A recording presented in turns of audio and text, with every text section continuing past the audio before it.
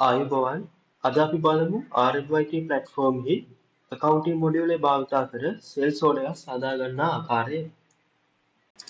site bar හි sales menu එකට ගොස් sales orders tab එක ක්ලික් කරන්න. ඉන්පසු create new sales orders page එකට යන්න. මුලින්ම customer කෙනෙක්ව select කරගන්න. පසු due date එක ඇතුළත් කරන්න. පහතින් sales order items ඇතුළත් කරන්න.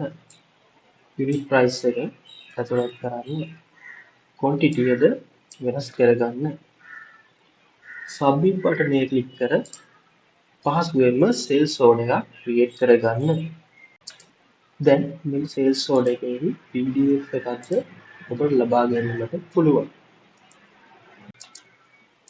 ඒ වගේම email එකක්ද system එක හරහාම send කර ගැනීමට පුළුවන්. ව්‍යාපාරික ලෝකයේ ඉදිරියටම යන්න අදම RMIT book සමග එකතු වන්න.